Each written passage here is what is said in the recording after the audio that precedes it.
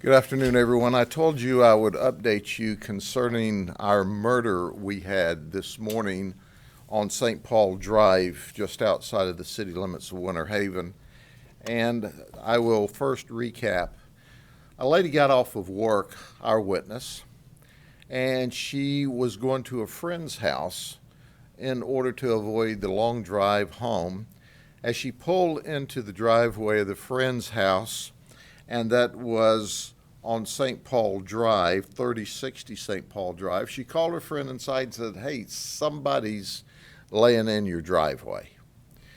So the friend comes out and the two of them look, and there is this person deceased. This person that was deceased turns out to be 15 years of age. We've now made the notice to the kinfolks, and I am able to release his name and his identification in order to help advance this investigation because his mother gave us permission to. His mother said to us, because my question was, "Where's your 15-year-old son in the middle of the night? Why isn't he home in bed?" Mom thought he was home in bed. She has a infant, a baby, and when she went to bed last night at about 10 o'clock, he was sitting on the couch playing games on his phone. Mom woke up about 3 o'clock this morning to tend to the baby and noticed that the 15-year-old was not on the couch, so she figured he'd gone to bed. As far as she knew, he was home in bed asleep.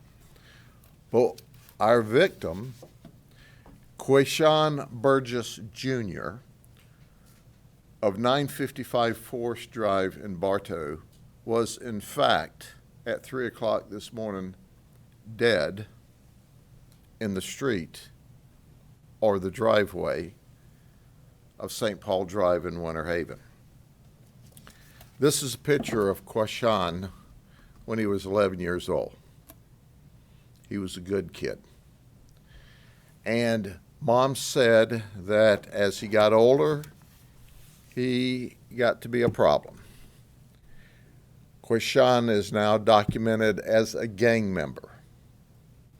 He's currently on probation for a misdemeanor, a burglary that was reduced to a trespass. And quite frankly, he violated his probation because he's supposed to be enrolled in school. But Quashawn has not been going to school this year. And in fact, some of our questions of probation, DJJ probation, is had you violated him and put him in juvenile detention, then he wouldn't have been on the streets to have been murdered last night. Those hard questions will be asked later, and certainly we hope that there is some reasonable reason that a VOP was not done and Quashawn was not arrested. But once again, the jail's not necessarily a bad thing, because had there been a violation of probation and had Quashawn been in our jail last night, he would have been alive and well. He was shot. He was murdered in the street at only 15 years of age. He's had trouble at school. He's been the subject of investigations, but he's only had 2 arrests, which equaled 8 charges, and all of those arrests have occurred since May of this year. We know this. We believe, based on the circumstances at hand, that whoever murdered Quashawn Burgess Jr. knew him. Interestingly enough, he lives in Bartow, he has family in Lakeland, but he's murdered in Winter Haven, and he was out roaming around on St. Paul Drive for reasons we don't know in the middle of the night. Quashawn's mama's a good lady. She goes to church. She was trying her best. Quashawn grew up, and he began to get in trouble. He had tattoos and was a documented gang member, but he's still a 15-year-old child, and his mother and his family loves him very much. we need someone to call. Crime Stoppers, 1-800-226-TIPS. Make $5,000, no question asked. Just tell us who shot, who murdered Quashawn Burgess Jr. at some time just before 2:35 this morning. So at the end of the day, we believe that the person that shot Quashawn Burgess was known by him. The information that we developed at this time, we have, as you might expect, some video from a neighbor. There was no conflict. There was no fight. There was simply the opportunity for Quashawn to be shot and killed. And that's what we're investigating. So help us out. Give us some information. Keep Quashawn's family, and especially his mother, in your prayers. Once again, Mom thought he was home. He refused to go to school this year. She just had her handful with him as he grew up. But once again, here's a good kid. And the streets had turned him into a gangster. But his mom still loved him, and he still loved his mom. He didn't deserve to die, and we're going to find out who murdered him. You might as well go ahead and collect the $5,000 and speed things up, because the murderers are going to jail. You can make this happen sooner rather than later, and you get money and don't have to get involved in it. Are there any questions? What was this young man arrested for, those 2 arrests? He had arrest for burglary and resisting. However, all of that was pled down to trespassing and probation. And he was on probation apparently since May of this year. Relatively minor charges. Resisting is never a good thing. However, it was not significant. He has been a suspect in running with shooters. And when you run with shooters, they turn the gun on you sometimes. That apparently happened last night. Now, was this one of the people he was running with? I'm waiting for the community to tell us. But when you run with shooters, you live by the gun, you die by the gun. Sure. Is this area known for its gang activity? And also, what's your message to parents? It sounds like this kid had a great mom. What should parents do if they're living in an area with a lot of gang activity? Certainly. First and foremost, St. Paul Drive has a mixture of sinner and saint. There's some really good, hardworking people that live there. We've worked homicides, murders on that street before as well. So there is a mixture of sinner and saint.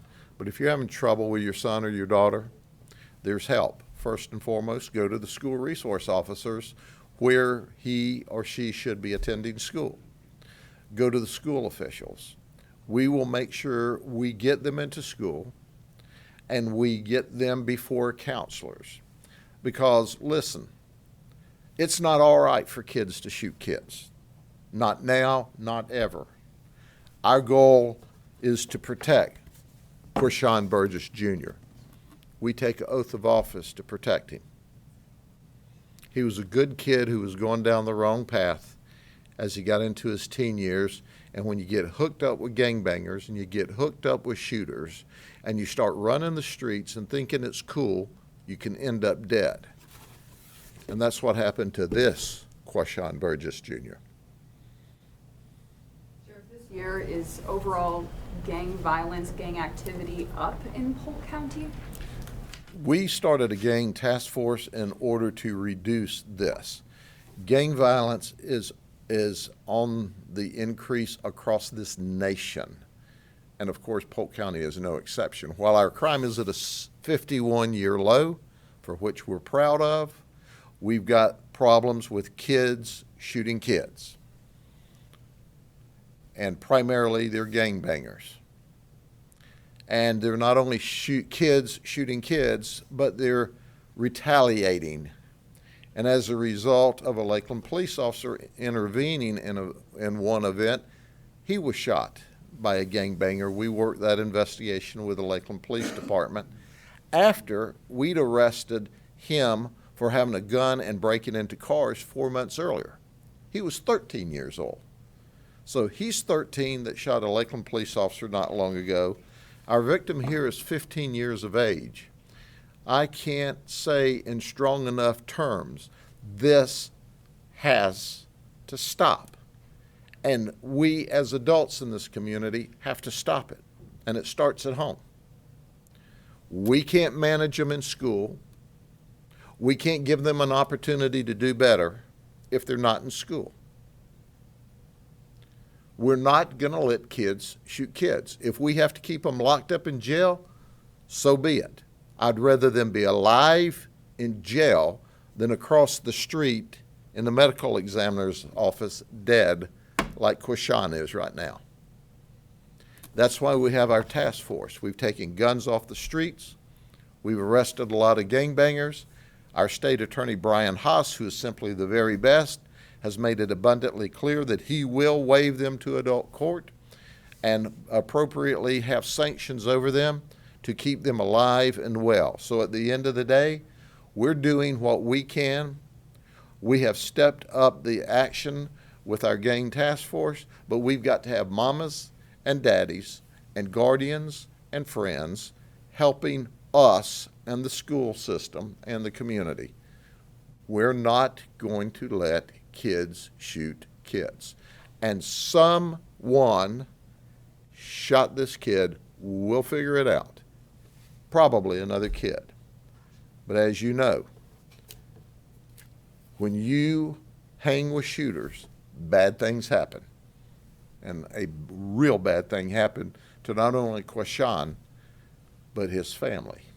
Sheriff, what do you tell about these other kids that are out there that are thinking about retaliation for their friend Quashawn? Certainly, we know right now there's someone out there talking about retaliation. Don't do it. Because you may be a kid thinking, well, I've got to retaliate. Well, understand, we're going to find you too if you do, and you're going to spend the rest of your life in prison. No more McDonald's, no more Happy Meals, no more Walmart trips, no going to Disney, no growing up, no having your favorite car. We're going to lock you up. Whoever shot Quashawn and killed Quashawn is going to jail.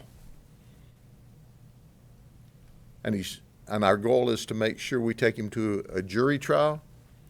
And our prayer is that whoever shot this young man never breathes another breath of air outside of the walls of a prison.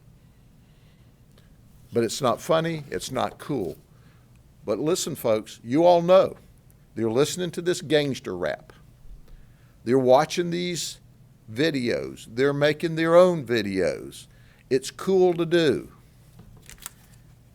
It is not cool to die. Death is forever. And cool warms up real quick in the morning. When the beer's warm, it's no more fun. Sure. When was he first identified as a gang member, and can you share with us what details? We are still investigating that. The documentation we saw indicated that he received the status as a gang member through the appropriate work yesterday. Why was that yesterday? Obviously, you don't just say this guy's a gang member. You have to go through several investigative steps, and we're working on that at this time to determine who and where. But we know that his problems ramped up quickly from May. And we know he was running with a bad crowd. And we also know his mother, who is a good lady, thought he was in bed asleep last night. He was at home when she went to bed with her infant. Sheriff, you described the neighbor's surveillance cam video briefly. Could you tell us exactly what you saw on that surveillance camera? I could, but I won't. We obviously see things on that surveillance video that I'm not discussing today because we want to protect that, because we know it and the shooter knows it. But we don't want the public to know it, because as we talk to witnesses and potential suspects, we want information that only they know and we know. But it was right before 2:30? Well, the shooting happened before 2:30 a.m. I'm not saying how soon before. Okay? Any questions? Any more questions? Going once, going twice? We'll update you, but folks, it's time for the communities, not just in this county, across the state and nation. This is a problem across the nation, and it's all because it's being enabled and it's being encouraged by social media and gangbanger videos and music and this running and gunning, and they don't show you the last chapter of the book. The last chapter, one of you's dead and the other's life in prison. And you live by the gun long enough, you'll die by the gun, and that's a guarantee. Okay? See you later.